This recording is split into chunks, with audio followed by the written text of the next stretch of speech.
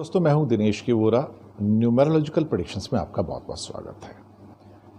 बिहार से कुछ क्वेश्चंस आए हैं और एक प्रश्न ये है कि बिहार में भाजपा के कुछ नेताओं ने एक नई चाल चली है कि अगर राष्ट्रीय जनता दल, तेजस्वी यादव, लालू यादव की पार्टी अगर वो आई तो बिहार आतंकवादियों का अड्डा बन जाएगा। शायद इसका एक इम्प्लाइड मीनिंग ये भी है कि आरजेडी एक ऐसी पार्टी है जो आतंकवादियों को सहयोग देती है। ये पहली बार भारत में हो रहा है कि एक पार्टी को अब भाजपा के द्वारा चुनाव जीतने के लिए आतंकवादियों का साथी घोषित किया जा रहा है।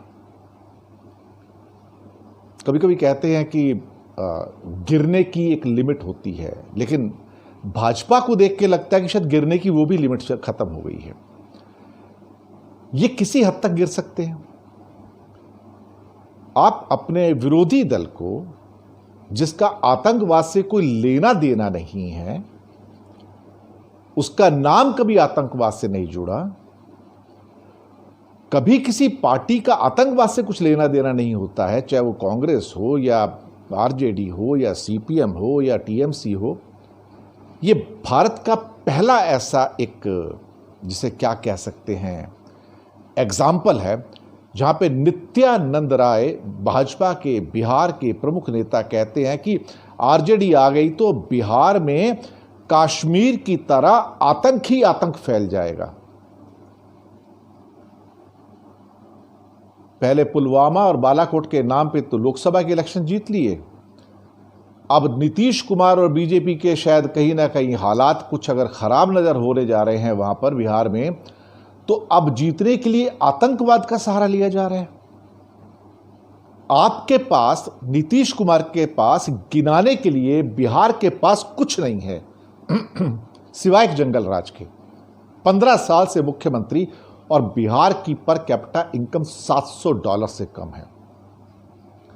जब आप बिहार की बात करते तो आपको सिर्फ सोमालिया, रवांडा, इन जैसे कंट्रीज याद आएंगे जो दुनिया में बेहद गरीब देश माने जाते हैं। भारत जैसे देश में जहां पर कैपिटा इनकम $1877 है, जो कि आज आईएमएफ ने डिक्लेयर की है, वहां पे बिहार की पर कैपिटा इनकम $700 के आसपास या उससे भी कम है, और उत्तर प्रदेश की भी 900 कुछ डॉलर के आसपास है। आप बताइए कि चुनाव जीतने के लिए अब क्या भाजपा आतंकवाद के मुद्दे को लेकर लड़ेगी? यह कह के कि आरजेडी एक आतंकवादियों को सहयोग देने वाली पार्टी है। इस घटना ने, इस स्टेटमेंट ने इलेक्शन को एक नया रंग दे दिया है। इसने यह भी बताया है कि बीजेपी जो 2 नंबर यानी कि चंद्रमा की तरह घटती बढ़ती है, और राहु काल के अंदर 4 नंबर में ये किसी भी हद तक गिर सकती है। यानी कि जैसे चंद्रमा गिरते गिरते गिरते कम होते होते अमावस्या में बदल जाता है, ये भाजपा का अमावस्या काल है।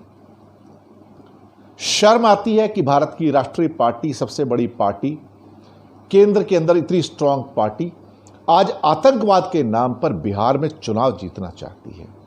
इससे बड़ी शर्म की बात और क्या हो सकती है?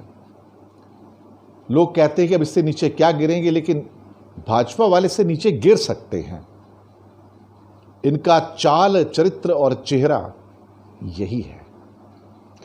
शुक्रिया आपका हमारे साथ बने रहने के लिए।